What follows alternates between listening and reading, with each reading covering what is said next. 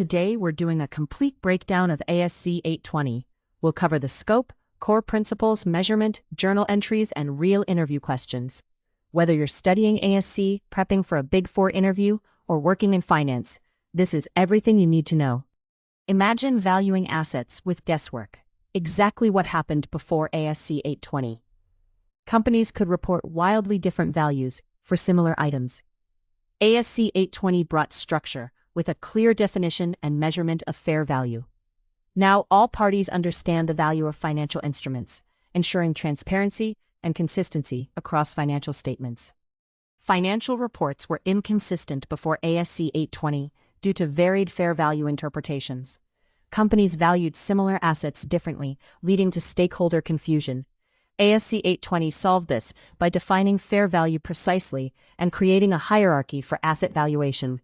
This clarity and consistency strengthened trust in financial reporting across industries. ASC 820 is mandatory for all entities using US generally accepted accounting principles, harmonizing fair value reporting. Effective for statements post-November 2007, it mandates defining fair value via market-based prices. This approach contrasts with previous entity-specific valuations, ensuring transparency. Consistent application across industries enhances comparability and decision-making reliability for investors. ASC 820's Fair Value Measurement Model categorizes inputs into 3 levels, enhancing reliability. Level 1 uses active market prices. Level 2 incorporates observable but indirect data. Level 3 depends on entity-derived assumptions. Understanding these levels is crucial for interviews, as it demonstrates your grasp of fair value nuances and accounting transparency. Understanding a standard's scope is crucial because misapplying it can lead to costly errors. Candidates often forget that leases aren't covered by ASC 820, a classic interview trap. Knowing what's included and excluded helps pinpoint how fair value measurements affect your financial statements, making you a stronger finance professional. ASC 820 applies to a wide array of financial and non-financial items requiring fair value measurement. Take investment properties. Their market value might fluctuate due to economic shifts. These measurements ensure stakeholders see real-time valuations. Financial instruments and liabilities also demand fair value accounting, making ASC 820 pivotal for transparent financial reporting. Knowing what's excluded from ASC 820 is crucial to avoid misapplication. Share-based payments and leases demand separate standards. For instance, ASC 842 governs leases, while ASC 944 addresses insurance contracts.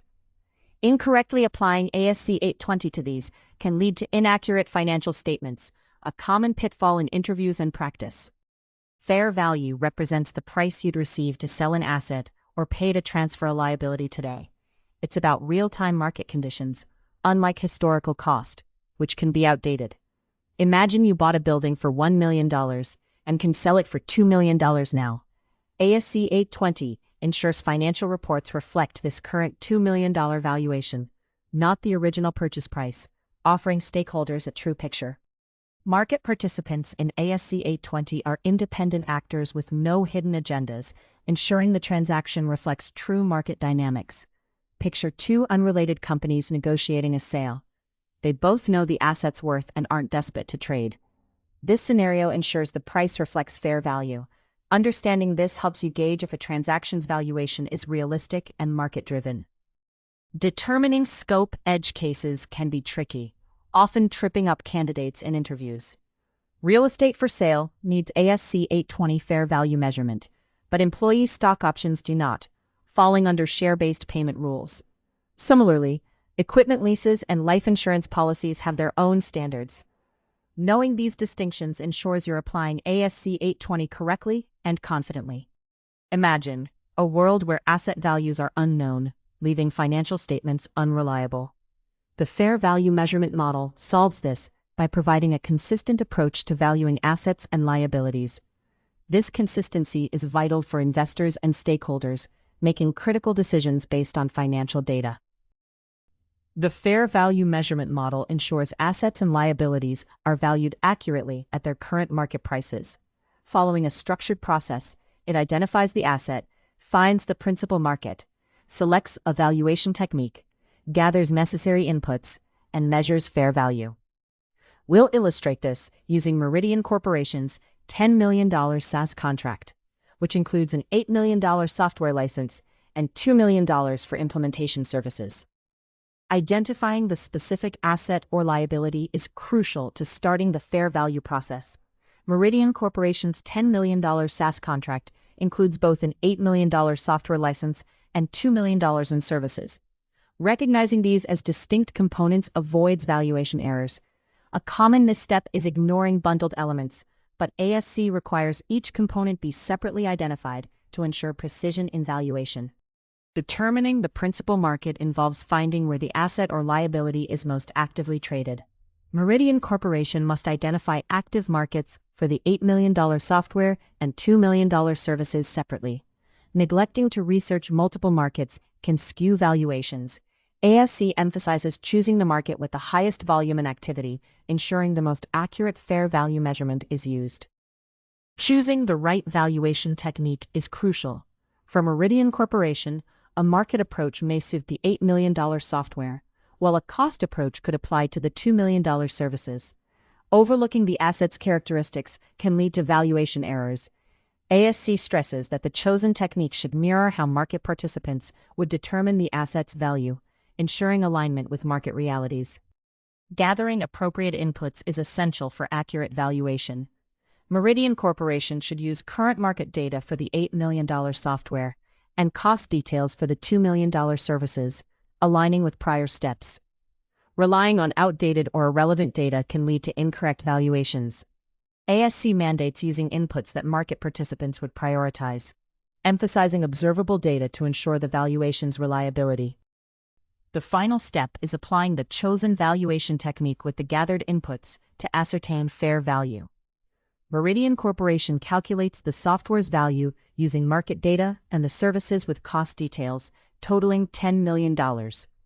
Misapplying inputs or techniques can distort valuations. ASC emphasizes ensuring that the resulting value accurately reflects the price for an orderly transaction, providing a robust conclusion to the fair value process.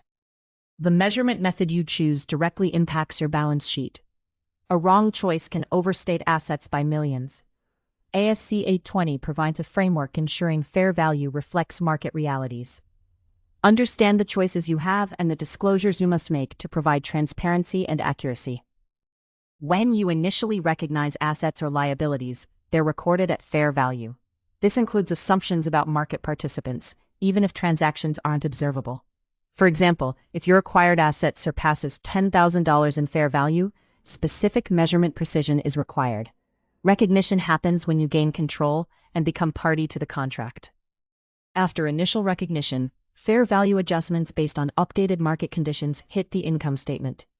Annually, indefinite-lived assets face mandatory impairment reviews. Liabilities subject to remeasurement must consider shifts in credit risk. Non-recurring items, like a one-time fair value measurement, use the measurement date's fair value without subsequent adjustments. Your balance sheet must reflect fair value amounts under specific asset or liability lines. Income statement shows fair value changes affecting net income or other comprehensive income. Detailed notes disclose valuation methods and inputs used. It's crucial to classify these inputs into levels 1, 2, or 3, ensuring transparency on measurement reliability. Under ASC 820, disclosing fair value hierarchy levels aids in understanding asset and liability valuation. Level 3 inputs, being unobservable, demand detailed explanation. Disclosing significant judgment used in fair value determination offers insight into assumptions made. A thorough reconciliation of beginning to ending balances for Level 3 items helps investors trace changes and evaluate their impact. Imagine a CFO evaluating a $2 million asset using Level 2 inputs. Market comparables guide this valuation. A market shift leads to a $150,000 upward adjustment, which is recorded in earnings. Detailed notes outline the observable inputs and assumption shifts. The reconciliation from $2 million to $2.15 million provides investors clarity on the asset's fair value evolution. Meridian Corporation, a global manufacturing company, signs a 5-year operating lease for its Singapore warehouse. Watch how every accounting event plays out, from initial contract signing to lease recognition. Explore the financial impact on Meridian's balance sheet and income statement. ASC 820 requires entities to recognize a right-of-use asset and a lease liability at the commencement date of the lease. For Meridian Corporation, this means recording a $1.2 million asset and liability, impacting both the balance sheet and the company's leverage ratios. The payment reduces the lease liability by $240,000, as dictated by ASC 820. This moves cash out of Meridian Corporation's balance sheet while decreasing liabilities. It reflects the change in financial obligations and impacts working capital. According to ASC 820, the right-of-use asset must be depreciated systematically over the lease term. Meridian Corporation records $240,000 as annual depreciation expense, impacting both the income statement and balance sheet through accumulated depreciation. ASC 820 requires that interest is imputed on lease liabilities. Meridian Corporation calculates interest at a 4% rate on the outstanding liability, resulting in a $48,000 interest expense, which affects net income and increases the lease liability. ASC 820 prescribes adjustments to capture the fair value of liabilities and assets. Meridian Corporation's adjustment aligns the recorded amounts with the present value of remaining lease payments, ensuring accurate financial representation. When lease terms change, ASC 820 mandates remeasurement of liabilities and assets.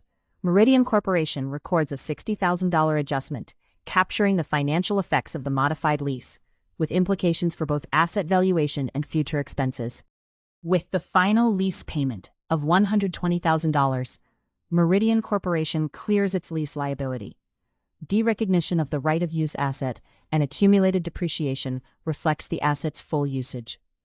ASC 820 ensures accurate financial statements, closing the lease life cycle with precision. Every Big Four and investment bank interview on ASC 820 follows a pattern. Here are the 10 questions that come up again and again, with answers that will make your interviewer nod. Fair value is the price that would be received to sell an asset or paid to transfer a liability in an orderly transaction. The logic is market-based measurement, not entity-specific. A common error is confusing it with historical cost. Remember, fair value is about exit price in the principal market. ASC 820 establishes a framework for measuring fair value and requires disclosures to increase transparency. It standardizes fair value measurement across different entities. A typical mistake is ignoring its aim to enhance comparability. Key takeaway: ASC 820 aligns valuation practices, ensuring consistent reporting for users of financial statements. A company adjusts the liability to reflect the current fair value on the balance sheet. Changes flow through earnings if they affect profit or loss. Remember, use market data for Level 1 inputs if available. A common error is using outdated internal estimates. Focus on principal market prices for accuracy.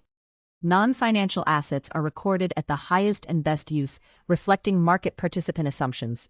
The mistake here is ignoring market participant perspective. Adjustments are made to reflect this usage. Key point: consider how a market participant would use the asset, not just the company's intended use.